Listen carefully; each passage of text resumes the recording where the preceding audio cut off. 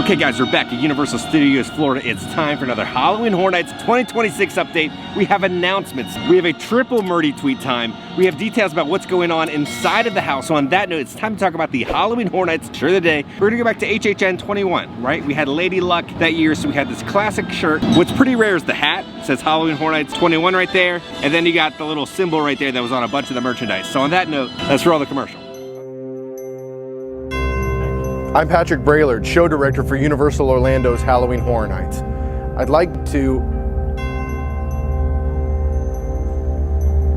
I have to give you all of the gruesome details about this year's event. We have 8 brand new mazes for you to experience this year. In Nevermore, The Madness of Poe, you're going to be trapped in the darkness and insanity of Edgar Allan Poe's greatest works.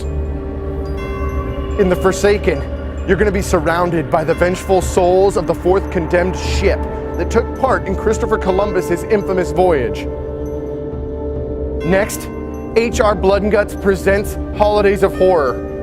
You're going to be joining creature feature host HR Bloodengutz as he presents a scare-a-thon of holiday-based horror films starring you. In The Thing, you're going to be able to experience the terror of the upcoming film before it hits theaters. You're going to come face to face with an alien being that will be able to replicate any living creature.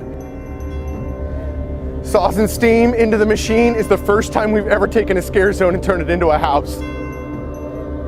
In this mechanical nightmare, you're going to have crushing pistons and spinning blades. Beware. The In-Between is a 3D haunted house. You're gonna go through an ominous portal and end up with creatures from your nightmare. In Winter's Night, The Haunting of Hawthorne Cemetery, vengeful spirits will haunt your every move. The last house is Nightingale's Blood Prey, where terrifying banshees will feed on the weak and the dying, and you. We have 6 all-new scare zones that you're gonna have to see to believe.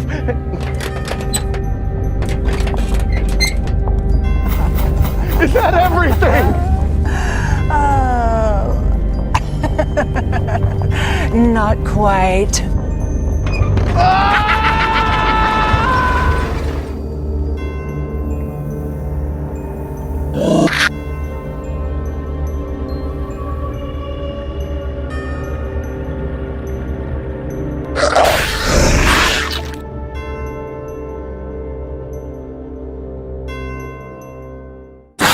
Okay, welcome back. Let's head in. Nothing new with the truss over there or the lights or the cords. So let's head in and see what's happening inside the park. This is when things start ramping up. We're getting announcements. All right, so let's go over the announcement for the house real quick. So this is the official announcement for the new house. HR Bloodengutz presents a Halloween Fright-tacular. Tune in to a curated selection of HR Bloodengutz Halloween favorites in this haunted house, complete with ghouls, gore, and all the frights that keep you coming back for more. Now they did release kind of a mini video announcement too with it.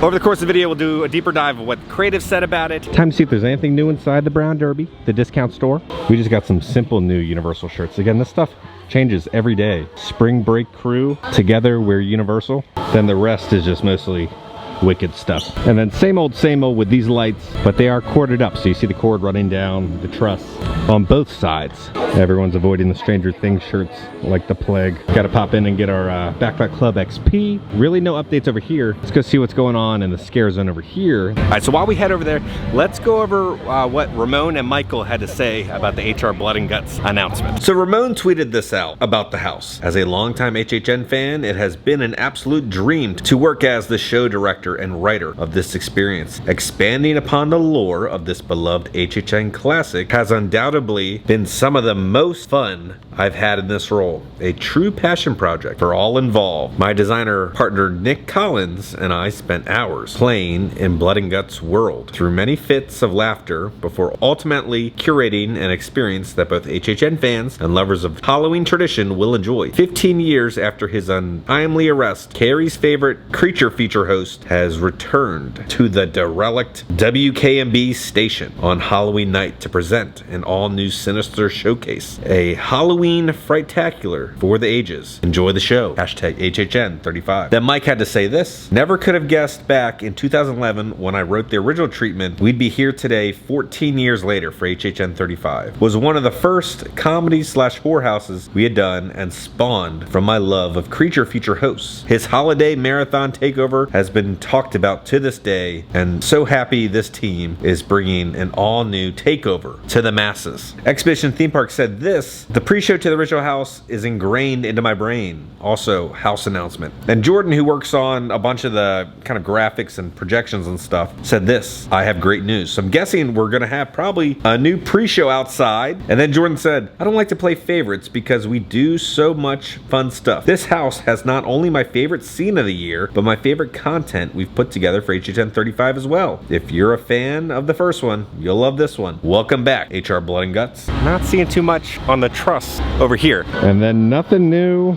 over here on any of the trusses. But you know what is new? The tweets in the Murdy tweet time. Murdy was going to town. He was like, we're gonna do a quick Q&A. I think he was tweeting for like 4 hours. This is the first of like 3 Murdy tweet times. So enjoy the first one. There's John Murdy right there.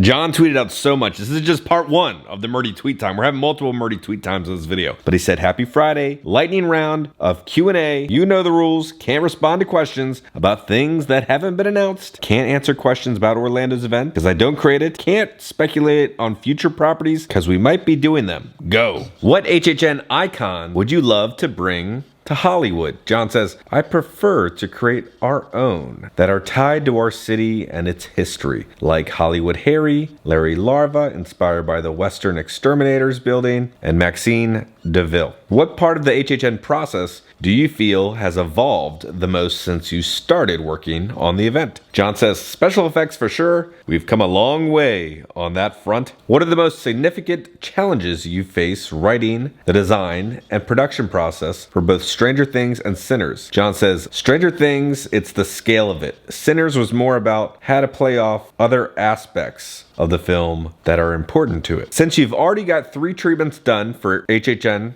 2027, will you be writing one this early for Tear Tram as well? John says, I'm writing number 4 right now and then stopping till late September. How do you determine which house goes in what location within the park? You start with trying to spread out the 3 main IPs, the marketing ones, so they're not in the same location. Help spread out the crowds. When does the sound, video effects, and lighting for the maze, like Stranger Things, come together? What does your collaboration with Netflix look like this year? We shoot all the video content in 2 weeks from now, meet with lighting designers for every house, tear tram, and review design approach, specifically all the music cues and sound effects in my treatment, and review with the designers, similar with Netflix after 4 houses. We got crusty, so you know what that means. Let's see what's going on with the Sprung tents. Have they worked on the fence at all? It looks like the fencing has been finished, but kind of the scrim that goes over it has not been installed yet. I'm sure they're gonna install it, but it does look like the teams are here. The door is open over there.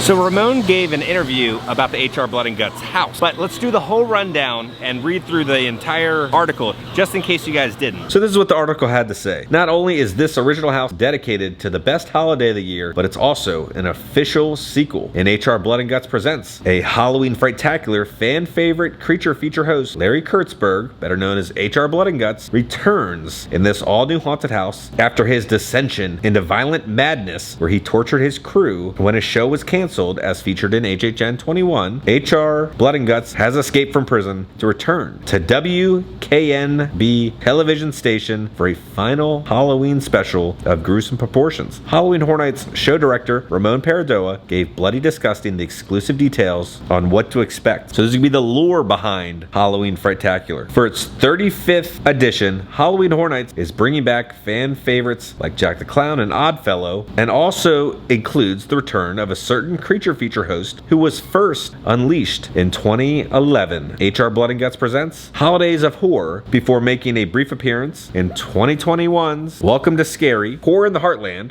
This is a sequel to an HHN classic, Paradoa explains, and the return of our beloved character for our fan base. We've played with the idea of creating more story within HR Bloodengutz lore for a while, and this year the stars aligned and it finally felt like the right opportunity. It's been 15 years since the first haunted house in 2011, so we like the idea of 15 years later, Carrie favorite creature feature host returns for another bout of fun. The new house picks up 15 years later from Holidays of Horror conclusion, where HR Bloodengutz has been incarcerated in the Carrie Penitentiary since now he has finally broken out of prison on Halloween Day. He has returned to WKMB television studio to present a Halloween marathon of straight-to-TV Halloween films that were his favorite that he never got to showcase back when he was working 15 years prior. In other words, the HHN horror host is curating his own holiday horror marathon for you, the guests. Paradoa also provides a handy recap of HR Bloodengut's first outing just to illustrate what kind of maniac is being unleashed on HHN 35. In the events of the first haunted house, he ended up taking his producer hostage when he found out that his show and himself were getting the axe. He didn't take the news very well. He decided to take his producer hostage to host that marathon that we saw the first go around, and things ended horribly, ultimately ending with his arrest. Coming back 15 years later to have a little bit of Halloween fun this time, focusing specifically on the holiday of Halloween. The return of horror host HR Bloodengutz. Among many reasons HHN remains such a holiday fixture is the creative team's dedication to detail. That's quite a feat when you consider the lore developed over 35 years. One key detail to note with HR Bloodengutz presents a Halloween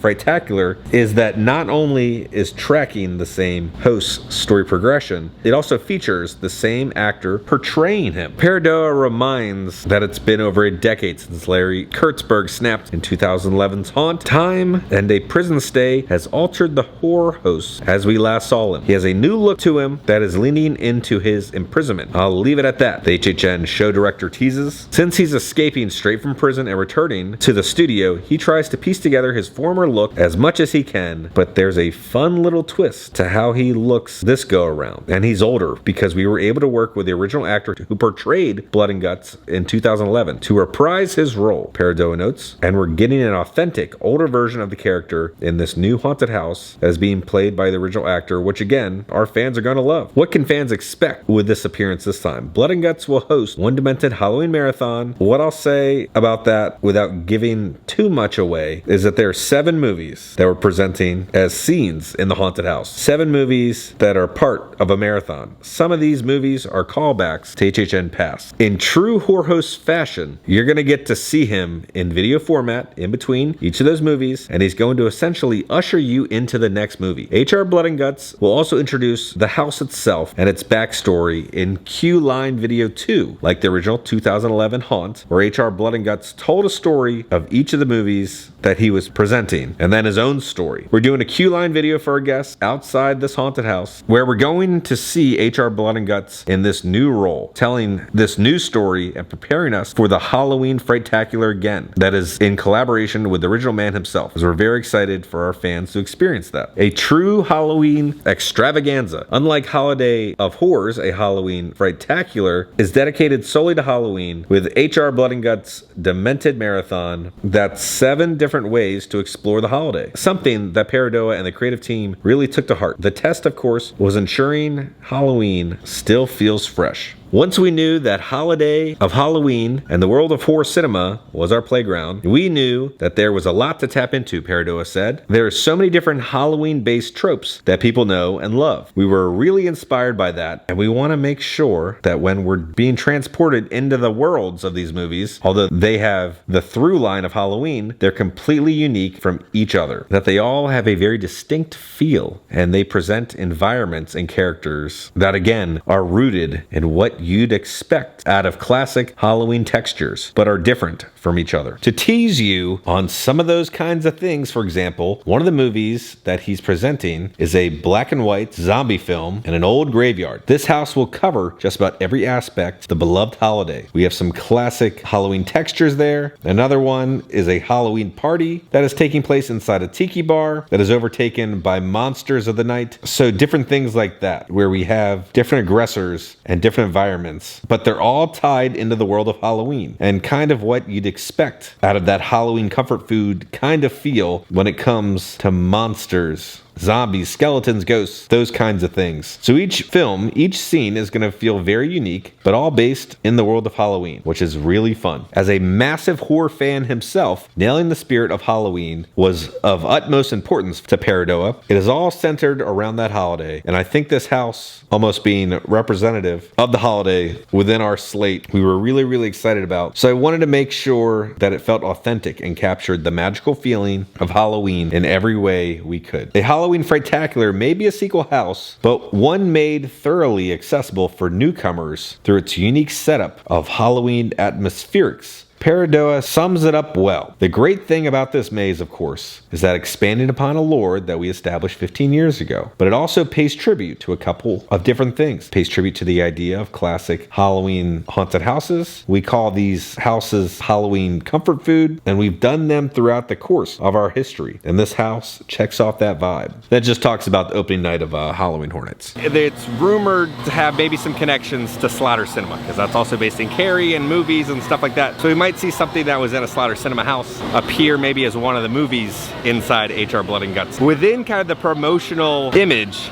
there are a bunch of Easter eggs, so let's go over that real quick. Okay, so there's a lot to unpack about this house artwork. So first off, we're gonna brighten the image up so we can see the details that are kind of hidden. You're gonna see this cloud formation in the back up there. That's actually the same cloud that's in the back of the Sinner's artwork. I don't know if they meant to have it there, but that's what that is. That is from the Sinner's artwork. So then we're gonna come to the VHS tape that says Midnight Mayhem. The show that HR Bloodengutz has, it's called Midnight Mayhem. So on the TV screen, it's gonna say HR Bloodengutz presents Halloween Frightacular. That is going to be the new house name. That is a TV station that a show airs on, which we saw in the original house. Now, Ramon was talking about how one of the movies is going to be based inside of a tiki bar. There's some blood on it with a little like blood orange. And then we're going to see these VHS tapes. We're going to have the Feaster Bunny from their original HR Bloodengutz house, but then also Larry, who is HR Bloodengutz, is the Feaster Bunny, because we saw him pop up in Horror Unleashed. We'll talk about that a little later on. And then there's Thanks for Thanksgiving from the original HR Bloodengutz house. Then there's a VHS tape with Zachariah on it. I don't know what that connects to. Maybe something we'll see in the new house. But then Uncle Sam Wants You,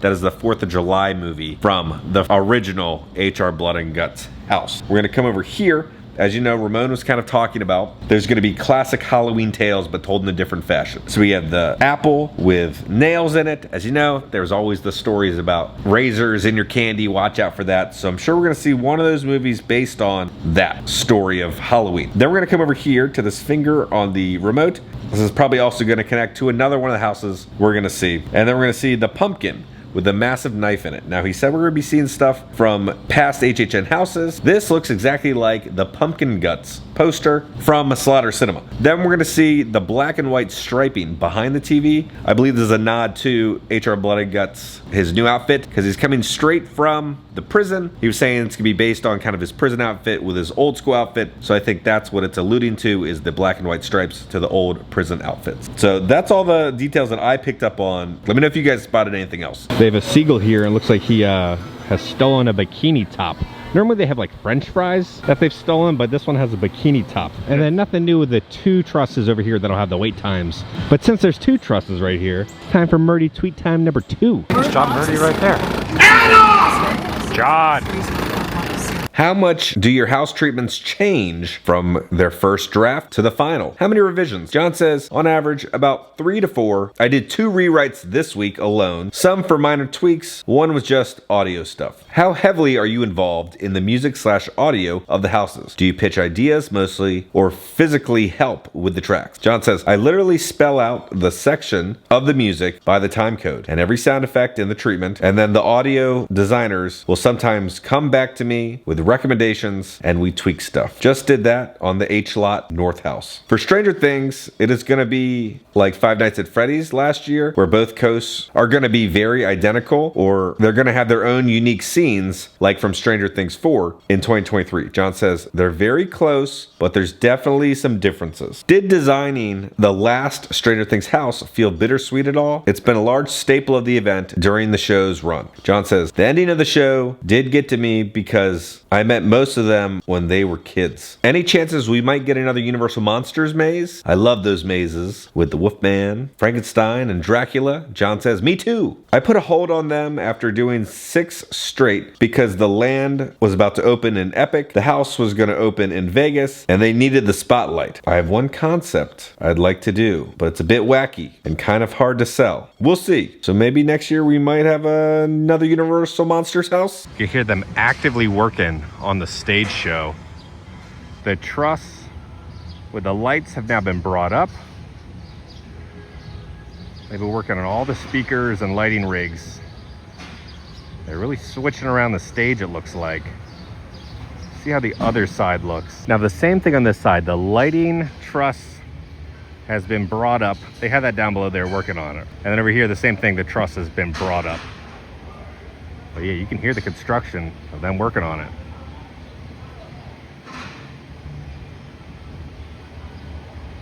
We got this truss over here. Nothing's popped up on it though, no lights. Time to head into the Wizarding World. They've started to put up the set pieces for the Death Eaters to come for HHN. It's also rumored for the Death Eaters to be returning for HHN Hollywood. So they've added this over here. They'll have lights and kind of fog effects that'll come out of the grates right there. Looks like this crate is new. You can see the lights inside. If you look right there, there's lights. So it's normally like a green light, and then you have the fog coming out, but they've added all these little wine bottles and fruits to kind of blend in the giant crate right here. And then over here, the same thing by the stairs. We have the lights inside the box. The fog will come out. We do have some cords that are running all the way up and going into the building. There's a little hole in the wall. Let's see if anything has appeared. So if you look closely right here again, they'll have some crates that have popped up with lights inside. It looks about the same from last year. No really new set pieces. I think a couple different items that were placed on top of it.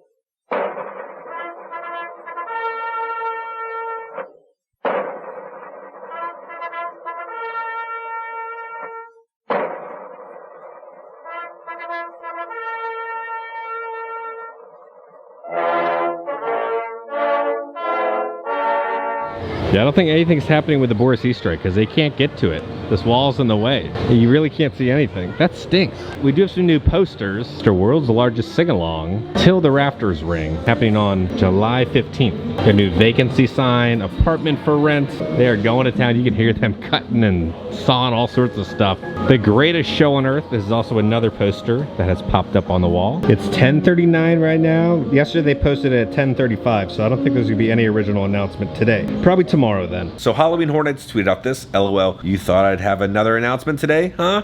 They're just teasing us. They're toying with us. They added the Blues Brothers car over here because they can't fully drive it in. I think they like park it over there now, but they have the car here kind of in front of the stage where they perform. So that popped up. So over here, the cords have been here for a while since the food booth. So I'm guessing they're keeping all of this out to plug something in over here, something electrical, some fog, some scare actor lights or triggers. So underneath here, right, we have the cords. This has been here for a while, and they come all the way over here. You just slide around, but they would have removed this if they were not going to use it for HHN. So then these go, where are we going? Oh, these go all the way to that box back there behind the shrubs. There's a box with so many cords all wired up. But then the cords that go this way power the food booth over there.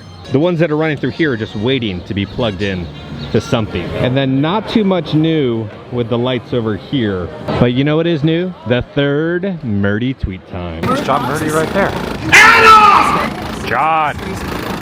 Any possibility that one day I could work alongside with you, would like to brainstorm and come up with great ideas with the legend himself and work under his knowledge and maybe be my mentor. John says, better hurry up. Don't know how many more I've got. I'm like LeBron now. No plans to quit. Taking it season by season. When will Scare Zone IPs return again? John says, it's a lot to license something only for a Scare Zone, so not sure. Do you think anime horror mazes / houses will happen in the future for the event? John says, maybe. Have looked into it. You've spoken on the excitement you've had with this year on original content, and in the process, has it fueled a desire to do more original stories going forward in larger quantity? I know the Universal Studios Hollywood space is limited for houses, but it is great to see more originals from y'all. John says, I actively resist that when asked. Not because I don't want to do it, but because my vision for the event has always been IP based. And that's what's made it successful originally and continues to do so. So it looks like John will never really have a focus on original content, solely IP based. I'm curious, how soon after Sinners hits theaters were you already working on concepts and writing for the HHN house? John says, I wrote it in November of 2025. Will we be getting this fire tower setup back? John says, actually, it's a new setup. After all these years, we finally bought our own true system and pyro effects. It's gonna be cool. Huge fan of scare actors being in front of the houses. How many houses will that be implemented for this year? John says technically 4. So 4 different houses will have performers outside of them. Is Stranger Things 5 going to have massive rooms? And then John says yes. It's gonna get some big scenes. So John ends with, it's the witching hour here in Ireland, so the question box is closed, and I really want to watch What We Do in the Shadows, because somehow I've never seen the series. Good night, boils and ghouls. Let's pop into the Universal Sweet Shop, see if there's anything new. So $6, they got the Jurassic Park logo right there, then they have a Spider-Man one, Spider-Man Lollipop, $6. You have Trolls,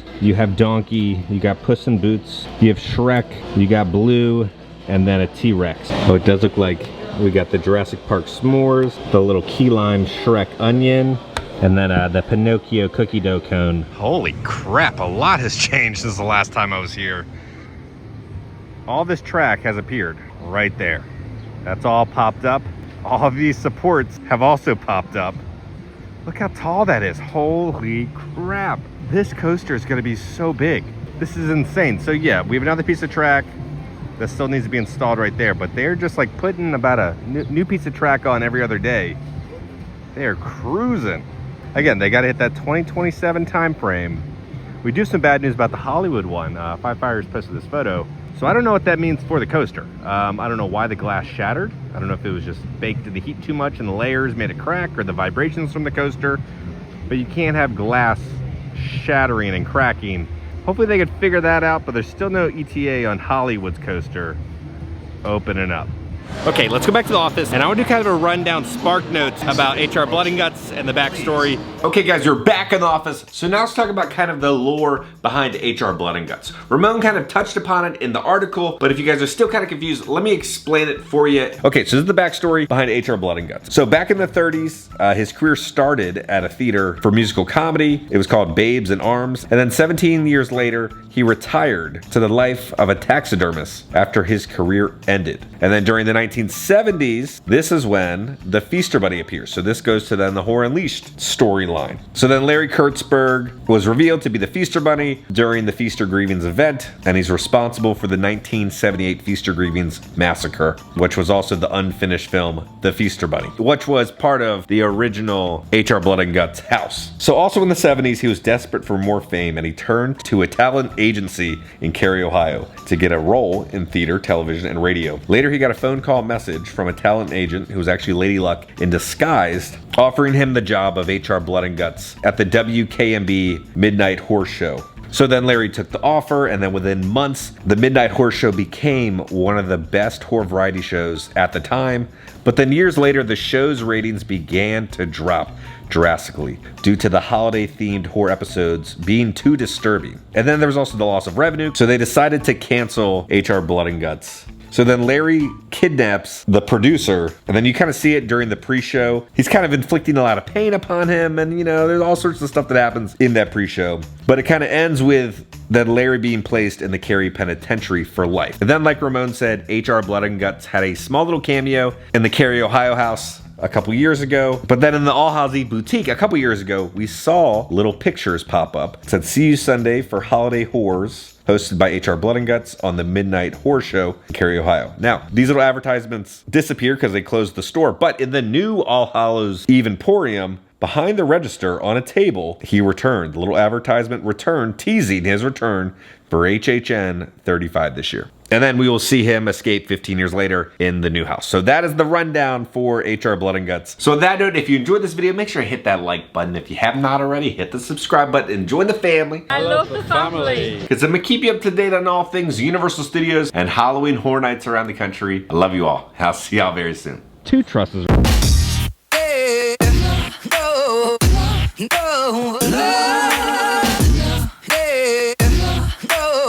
Nice job, Murdy, right there. Hooterate?